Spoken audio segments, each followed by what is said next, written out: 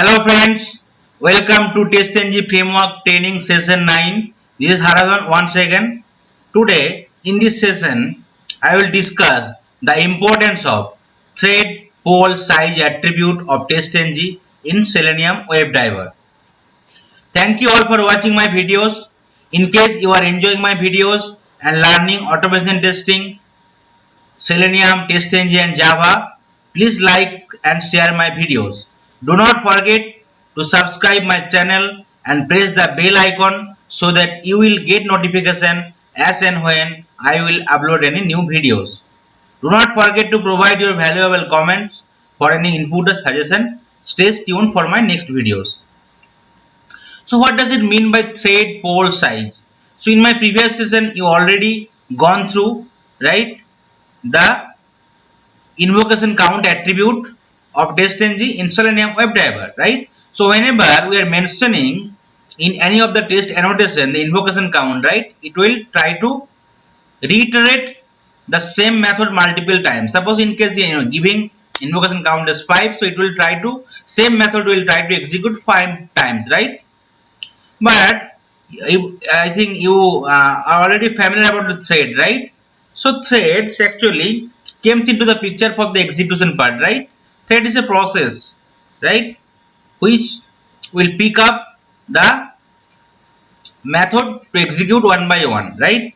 So here thread pole size is denotes how many threads should invoke a specific function or method.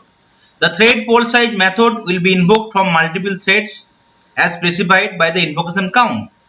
This attribute is ignored if the invocation count is not specified, right?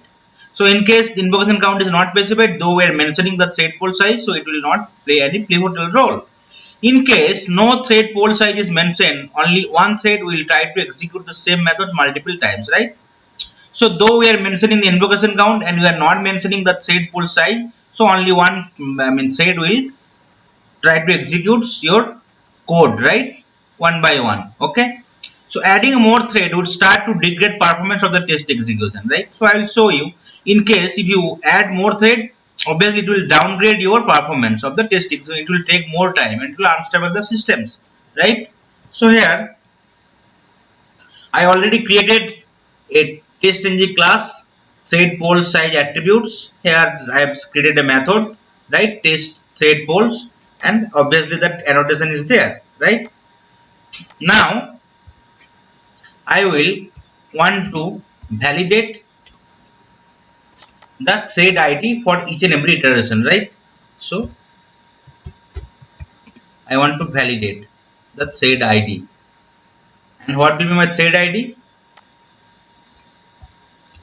Thread dot current thread dot get name. I want to get the name of the thread or ID. Here I can give some invocation count. If you do not know the parameter, just simply press invo, then press calls control and spacebar from the your keyboard, right? You can see all the associated, right, attribute in available in the TestNG framework will come here, right? Invocation timeouts, skip fail invocation. So I will use invocation timeouts as suppose 7. Okay, so here as I did not mention the thread pole size, right, so only one thread will try to execute, right, the method with repetitive invocation count whatever is mentioned here, like it is 7, so it will try to execute 7 times and it will display the output as thread dot current thread and ID of the thread. So let's run the code and let's see what is happening. You can see, right, total number of test case method is executing 7 times, right, and all are in pass status, and here in the output you can see in the consoles like run is 7, failure is 0, and your skip is 0, right? So here you can see thread ID for all the methods, what for method whatever is run multiple times 7 times it's coming as 1, because I do not mention any thread pole size here, right? So all the tests, I mean whatever method is executed multiple times, it is showing the result 7 times, it is pass status, right? So in the summary, if you go to the summary, and total execution time is 798 millisecond, right? And in summary, you can see total thread method count is right 7 and class count is 1. Okay. Now, as I did not mention any thread count here, thread pool size, so obviously one thread is executing the test methods, multiple iteration time, invocation count. Let's try to add something. Thread pool size. So if you do not know, just enter, add thread and press Control or enter from your keyboard, right? You can see thread pool size is coming. Here I need to assign some value. Suppose I am giving 3. Okay. So obviously 3 thread will come into the pictures and they will try to execute the method 7 times. Okay. So let's run the code and let's see. So whenever I am used one thread, so it took right 798 millisecond to execute the thing. Right now I will use 3 threads. So obviously it will take more times, right? More than 798 millisecond. So that is the reasons if you use multiple threads, so it will sometimes delay your execution. Okay. You can see total number of iteration is executed the same method is 7 times, right? And you can see total run is 7 and you can see the thread id, right? It is coming here. So I have given 3, so thread id is coming as 12, 13 and 14, right? Within 12, 13 and 14 it is coming. That means 3 id is getting generated, 12, 13 and 14, but not beyond that. So only 3 thread is coming to the pictures, right?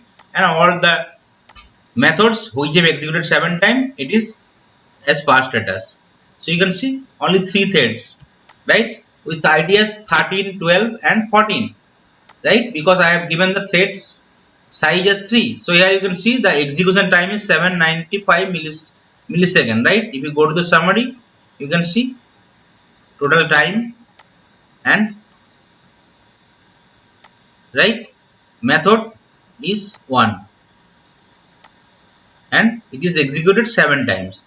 Now let's change the thread count to 7 and let's see. So for one it took 795 millisecond, sorry, for 3 threads.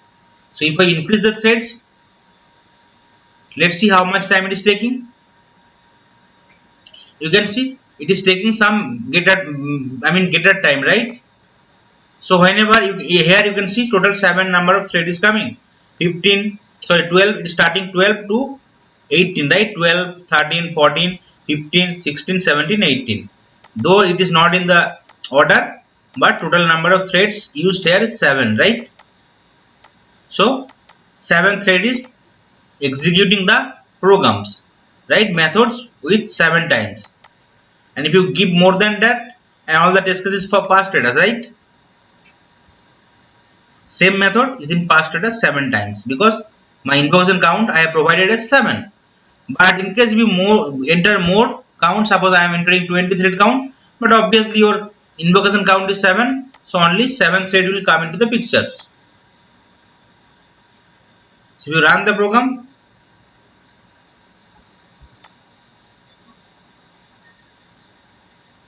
you can see only 7 threads come into the picture, not 20, because my program is only 7, my methods executed 7 times. So though we are entering more methods, so it will not be all the, sorry, though we have entered thread pole size is 20, still it will not be taking 20 threads because my one method is executed 7 times, so it is taking 7 threads. Okay.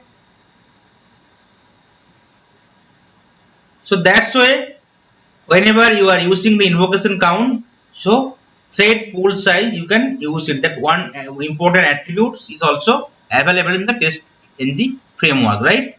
But it is not recommended, though you are using invocation count multiple times, right? You want to execute your methods multiple times with invocation count as greater than 1, but it is not recommended to use multiple thread pool size, so that it may downgrade your overall test execution performance. Okay, so that's all for today's session. Thank you.